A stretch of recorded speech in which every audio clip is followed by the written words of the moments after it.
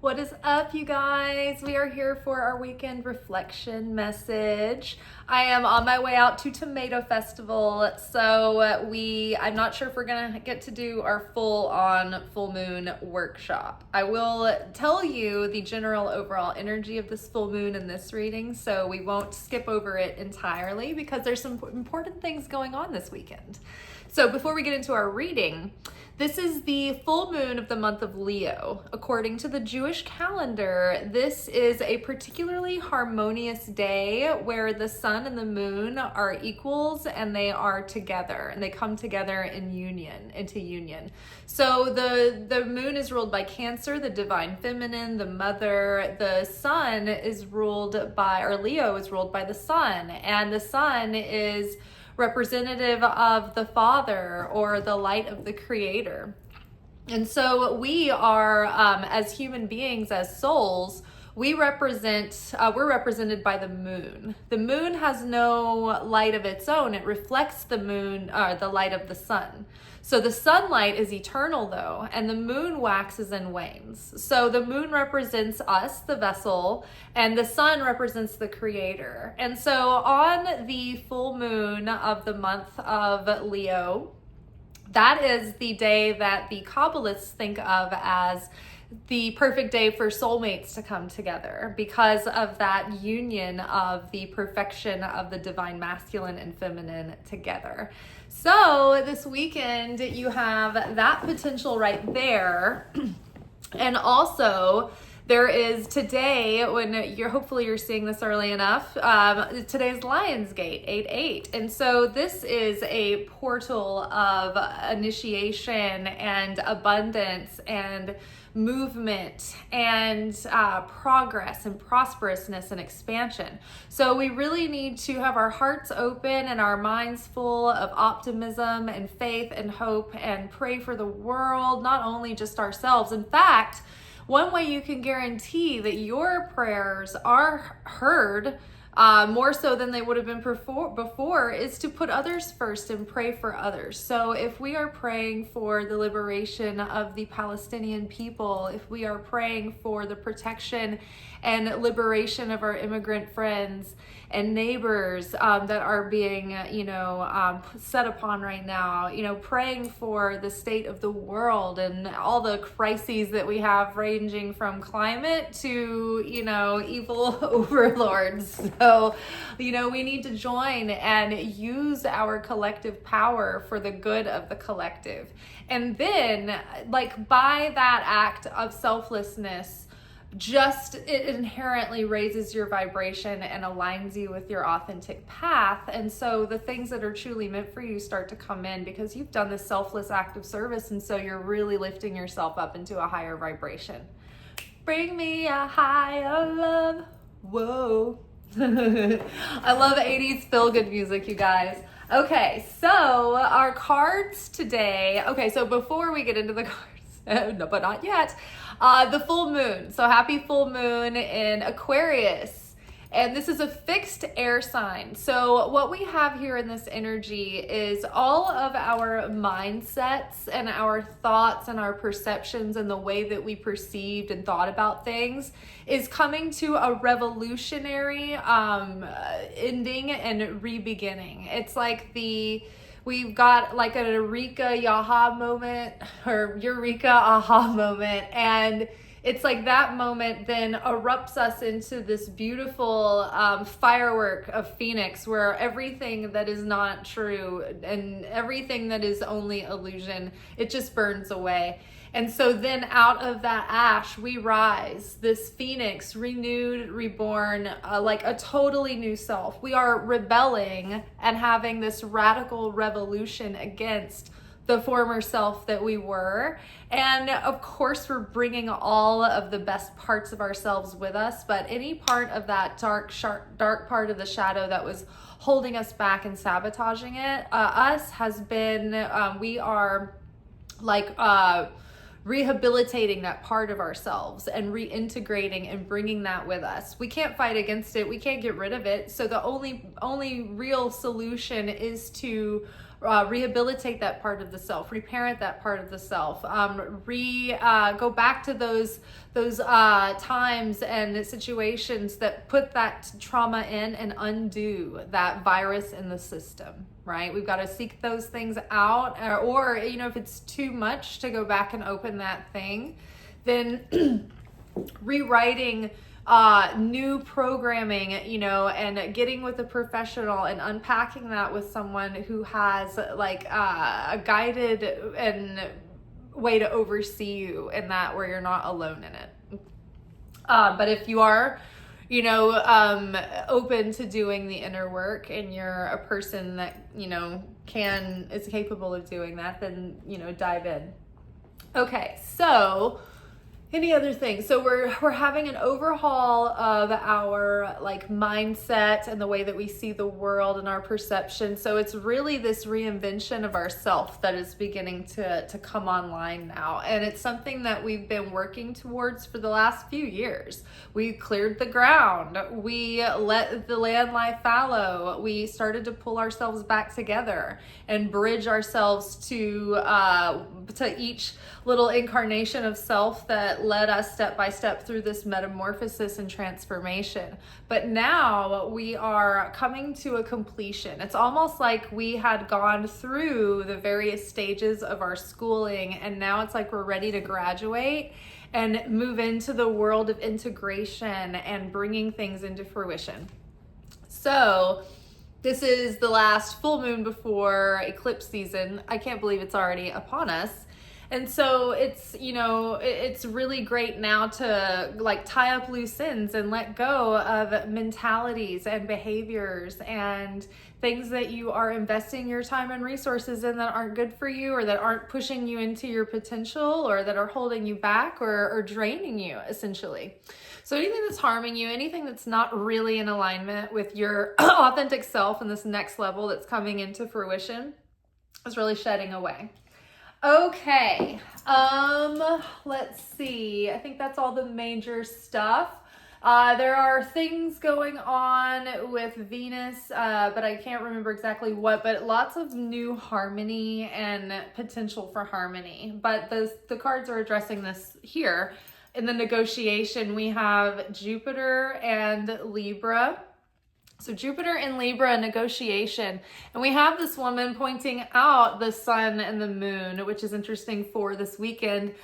Chris Corsini also pointed out this weekend that there is a kite formation in some kind of planetary alignment. So I think it's interesting here that we see the diamond shape that he specifically pointed out. But we have negotiation here. So I think that the ask right now, the highest gift of this card is that the person with the Jupiter in Libra is incredibly good at being gently persuasive, because they empathize and they understand all sides of a situation, right? But where they fall prey is that they sometimes are afraid to ruffle feathers. They're afraid of making a definitive choice or taking a definitive stance, because they want everyone harmonious, and they don't want anyone upset or left out. It's very important to them that everyone is, fulfilled and taken care of. And so they run the risk of not being able to speak up when they need to. Well, this is here with Page of Swords in the upright position. And so there's this message here of coming to a sense of clarity in our personal growth, and coming to a sense of self-ownership and spiritual sovereignty, where we do not need other people to tell us what to think and what to believe and how to feel. We can trust our own discernment, and we have our own connection with the Creator. And so, we can see through the false voices or the illusions, right? Because we have our own connection, and we don't need we don't need to go outside of ourselves. So the more spiritual sovereignty and ownership we can have, that's coming from an elevated consciousness, right? Because you go to the Creator and you go within, instead of running around affected and looking for everyone else to soothe you or direct you. So that's good. And the the Page of Swords in this upright position in this particular deck is like talking about like going about things in a right and justly and good way, like knowing, it's like knowing right from wrong. I think we're seeing clearly what's in alignment with us and what isn't, and what's going to be good for us on our path and what is not. It's like we have a better like tools of discernment and discrimination when sorting out what goes with what, and what is good for us and what is not, right? Separating the sheep from the goats, the wheat from the chaff, so to speak. So, looking inward and separating what are the good thoughts, what are the bad thoughts, what are the constructive thoughts, what are the destructive thoughts, what is going to keep me in alignment with the Creator, what is going to break my connection with the Creator, what builds my affinity with the light of the Creator, and what creates dissonance and breaks my affinity with the light of the Creator. Because the more we can recognize that and like mindfully cultivate affinity with the Creator by choosing the right thoughts, the right feelings, the right actions, making decisive choices in the right direction, it's like this is when like we get our inheritance here. So we have the inheritance card, which is Saturn in Scorpio. So this is the father, but it's also the occult, the spiritual, the esoteric. So it's like our spiritual father said, the kingdom of heaven is within you. You have the King of Cups here, where he is serene and he is grounded amidst all of the influences and circumstances around him that could affect his emotions. But instead, his emotions are stable. He's emotionally grounded and sober. He feels deeply. He's a sincere person. He doesn't. He's not a casual with his feelings, right? Because the King of Cups is comfortable with their feelings, but they're not controlled by them.